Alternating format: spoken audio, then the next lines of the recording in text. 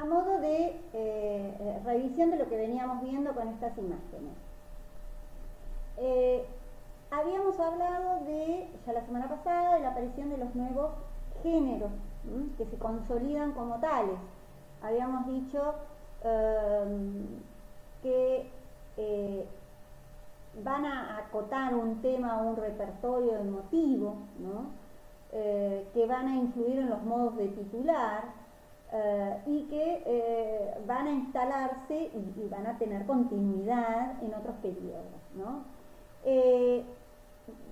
Dentro de, bueno, teníamos géneros que ya venían, dijimos religioso, mitológico, retrato, que lo ubicábamos, si bien no es que surge recién, porque teníamos retratos ecuestres del mundo romano, ¿no?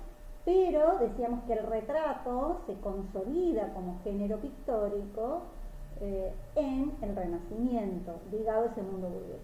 Por el otro lado, teníamos también la aparición de los bodegones. ¿Se acuerdan que decíamos? Los bodegones, las naturalezas muertas, los paisajes, que ahora me interesa, paisajes que pueden ser marinas, paisajes rurales, paisajes urbanos, ahí tienen estos ejemplos que habíamos estado viendo la semana pasada, campiñas, pintura de género, ¿no? que lo hemos visto mucho en la pintura holandesa, ¿no? Estos interiores de vivienda, estos personajes que no tienen nombre, la pianista, ¿no? Es decir, son titulados en función del oficio, de la acción que están haciendo, pero no el nombre, por lo tanto no llegan a ser retratos, ¿no? Es decir, ¿cuál sería la diferencia? La bordadora, ¿no?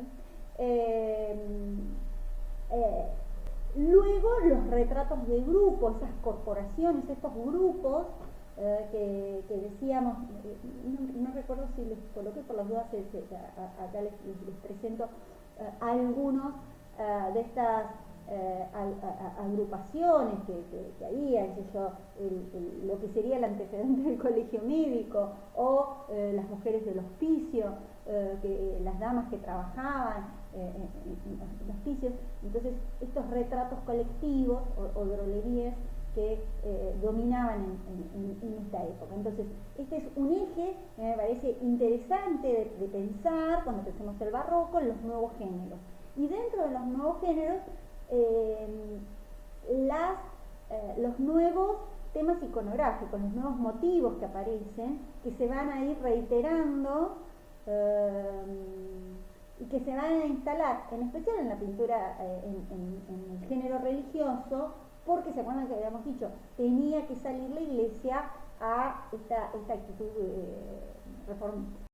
Recuerdan que teníamos una tradición renacentista que decíamos, bueno, que tiene que ver con los Países Bajos, ligada a la observación, ¿no? Cómo llegaban a la perspectiva los flamencos a partir de la observación y no de la abstracción, como una diferencia entre, podríamos decir, una pintura flamenca y una pintura italiana, ¿no?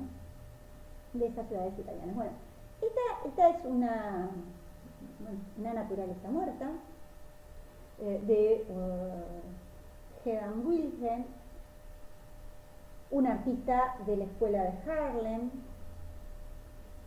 y el título, Naturaleza muerta, con copa dorada, nuevo género, dijimos. Hasta aquí, bien. ¿Qué aparece? Esta característica que hemos hablado ya, me parece súper interesante, del espacio coextenso, que yo les decía, cómo la obra, cómo sale y se incorpora al espacio, como queriendo tenderle una mano al espectador. Fíjense en ese primer plano, esos dos platos, esa representación de esos platos que sobresalen de la mesa, ¿no? Esa esa línea de horizontalidad y cómo ese perfecto equilibrio de inestabilidad que habíamos dicho propia del barroco, esta inestabilidad que genera tensión, pero a su vez combina lo inestable, que es ese plato que se va a caer, sin generar la tensión en el objeto, porque al ubicarlo en esa horizontalidad que refuerza, ¿no?, con el metal, ¿no?, con la textura del metal de los platos, podría dialogar tranquilamente con esa imagen de Zurbarán que yo les pasé la semana pasada. ¿Recuerdan de ese bodegón en donde domina esa horizontalidad? Pero ¿qué hizo el artista para gestar esta tensión de contrastes? Bien, contraste de luces y sombras, perfecto. Otra manera de integrar, habíamos dicho, el juego de los espejos. Y ya lo habíamos visto en el Renacimiento con el matrimonio Arnolfini, ¿no? Pero fíjense que tanto en la copa, en la jarra, ¿no?, en donde pueden entrar a jugar, el reflejo abre el cuadro y yo me pierdo de saber, ¿no?, porque yo a partir del reflejo puedo observar cuál sería el lugar. Y este juego de reflejos y de espejos quiero que lo tengan en cuenta para cuando veamos las meninas de Velázquez, ¿no? El otro eje es ese cuchillo que está por debajo del mantel, que marca una diagonal y una apertura hacia la tensión derecha, y si ustedes se fijan, el peso está sobre el margen derecho, ¿no? En tanto ese 2/3 del margen izquierdo, en esta línea de la copa dorada, que es el naturaleza morta con copa dorada, ¿no? La copa dorada marca esta verticalidad, en donde fíjense el nivel de detalle, de este naturalismo, ¿se acuerdan que decíamos? De este excesivo realismo, fíjense, bueno, las texturas, la tensión también de esa naranja que no está totalmente pelada, está medio pelar, como esta idea de una instantánea que decíamos, ¿no? Como cuando, ¿se acuerdan cuando veíamos las crucifixiones, ¿no? Lo mismo estaría sucediendo. Fíjense que sucede, es como que está ahí colgando, si uno respira se cae, podríamos decir, ¿no? Pero ¿qué le rompe estas horizontales y verticales? ¿Qué entra a romper? Fíjense esa copa que está acostada y que genera casi un discurso, podríamos decir, que genera un cruce con el mango del cuchillo que está debajo del mantel, ¿no? Entonces, fíjense esto que dijimos, contrastes de luces y sombras, pero también el contraste aparece, también aparece este efecto sobre el espectador, también aparece esta minuciosidad de los detalles, como una tendencia y una característica del película. Muy bien, entonces habíamos hablado, y en eso retomamos el texto que yo les comentaba para la lectura, de estas tres tendencias, ¿no?, que se empiezan a definir con estos personajes que decíamos como pioneros, por un lado Rubens, los Carracci y Caravaggio, y decíamos que marcan tres líneas, por un lado el realismo, el tenebrismo, que va a dar origen al tenebrismo español, por el otro lado esta tendencia de clasicismo que la vamos a ver también en la arquitectura incluso, que decíamos también se vincula con el clasicismo francés, y el sensualismo. Clasicismo que no, es decir, Fíjense que en cada periodo hay un clasicismo, ¿no? Es decir, no lo confundan con el neoclasicismo. El clasicismo es una tendencia dentro del barroco, estamos siempre dentro del barroco, ¿no? Y por el otro lado, esa otra tendencia, dentro de las características generales del barroco, en donde se exacerba eso que decíamos, las sensaciones, de allí el sensualismo, referenciado a partir de la figura de Rubens. ¿Cuáles eran esos rasgos comunes que habíamos hablado, que se dan en todas estas tendencias? Bueno, ese sentido claro y preciso de la imagen, esa teoría del decoro, el sentido heroico de la imagen, el dramatismo, lo emotivo, la retórica teatral, a la que se apela para afectar a los sentidos del espectador, de alguna manera poniendo en tensión ese distanciamiento y tratando de abrir el cuadro, de abrir la imagen.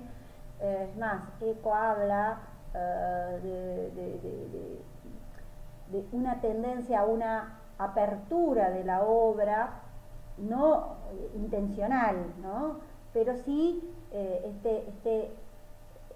estos esfuerzos desde distintos puntos de vista de los artistas para llegar al espectador. Bueno, la teatralidad, dijimos, y me voy a ir hacia las distintas tradiciones. Una de ellas va a ser, por el otro lado habíamos dicho que, perdón, quiero decirles muchas cosas en una sola imagen y me hago lío. Por el otro lado habíamos dicho la influencia, ¿no? De esto que se llamó Contrarreforma, de las enseñanzas del Concilio de Trento, en donde empiezan a aparecer también nuevos modelos iconográficos. Y yo les comentaba, y decíamos que un modelo iconográfico representativo, acá les traje una imagen que pertenece a lo que sería la escuela sevillana dentro de España. Esta es una obra de Francisco Pacheco, que trabajaba, ¿no?, como censor y visitador de las imágenes sagradas, ¿no? Este rol dentro de la Iglesia, dentro del Tribunal de la Inquisición, ¿no? Esta obra, esta Inmaculada Concepción, aparecen los rasgos característicos de este modelo iconográfico. ¿Se acuerdan que decíamos un eje que sale a reivindicar es la Inmaculada Concepción de la Virgen María? Entonces se recupera digamos, ¿cuál sería la fuente, el documento, si vamos a esos análisis preiconográfico, iconográfico y iconológico que proponía nuestro amigo Panofsky?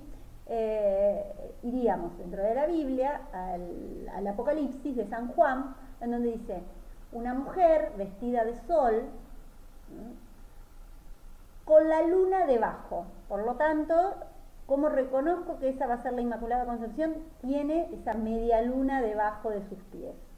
Y en la cabeza una corona de 2 estrellas, ¿no? Entonces allí ya vamos a ver. ¿Por qué? Porque la Inmaculada Concepción de María, esta idea de que la Virgen María, que es la que se eleva en cuerpo y alma, recuerdan las imágenes de la muerte de la Virgen, fue enriquecida, ¿no?, el alma de la Virgen por gracia del Espíritu Santo y preservada de aquel pecado original, ¿no? Es decir, su concepción fue sin mácula, sin pecado original, ¿no? Entonces acá aparece este nuevo, se define este modelo iconográfico. En este caso, bueno, la obra de Pacheco, verán, recupera esto que dijimos, los contrastes de luces y sombras, recupera esta fíjense que ella está sobre el globo, dominando, reinando sobre la tierra, y no solo sobre la tierra, fíjense que ahí aparecen los barcos, ¿no? Los ángeles en su elevación, ¿no? Y por el otro lado eso dorado que está detrás, ligado a esta imagen de la Virgen vestida de sol, ¿no? Fíjense, reitero, mismo modelo iconográfico, mismo tipo iconográfico, ¿no? Estábamos dentro del género religioso, un tipo iconográfico, ¿no? Se define por los rasgos. ¿Y cuáles son los rasgos que vemos que se reiteran? En ambos casos, bueno, a la izquierda está es una Inmaculada Concepción, una obra que se encuentra en el Escorial, de formato grande, de Esteban Murillo, y ambos son españoles, ¿no? Y a la derecha, otra Inmaculada Concepción de Francisco de Zurbarán. ¿Qué vemos? En ambos casos, bueno, la de Murillo está vestida de blanco y el manto azul. En el caso de la de Zurbarán está con un rosa pálido, con un rosa muy llegando al blanco, pero diríamos la vestimenta de blanco que tiene que ver con esa castidad, y a su vez ese manto azul que tiene que ver con esa eternidad, ¿no? Entonces, la eternidad, esta idea de que supera la muerte, ¿no? En el caso de la de Murillo se instala, y la van a traer a América, a esta representación, la orden de los mercedinos, ¿no? Es decir, en el convento de la Merced, esta tradición, este modo de representar a la Virgen se instala como tipo iconográfico que se va a difundir en las representaciones de otras Inmaculadas Concepciones. Habíamos hablado de esa media luna. La media luna a los pies tiene dos interpretaciones. Por un lado, tiene que ver con la castidad, pero también en otras interpretaciones tiene que ver con esta consolidación del Estado español para que venció, ¿no?, a los países, los países, no, perdón, no eran países, a los herejes musulmanes, ¿no? Siempre la vamos a ver, fíjense que aparece rodeada de ángeles, eso lo veíamos, y el perfume de la azucena, las flores de la azucena que se van a reiterar en el caso de la Virgen de la representación de Murillo. Las rosas, fíjense que, bueno, en la Inmaculada anterior tenían 3 rosas al pie, o el color rosa, o la flor rosa, está vinculada al amor, la rama de olivo, ¿no?, vinculada a la paz, y la palma, siempre que vean la presencia de la palma en los santos, ¿no?, en estos nuevos santos decíamos que es decir, cuando aparecen los nuevos mártires, empiezan a aparecer nuevos santos ligados a todo este proceso de contrarreforma, empiezan a aparecer estas representaciones y aparecen generalmente con una palma en aquellos santos, en aquellas representaciones de santos que han sido martirizados.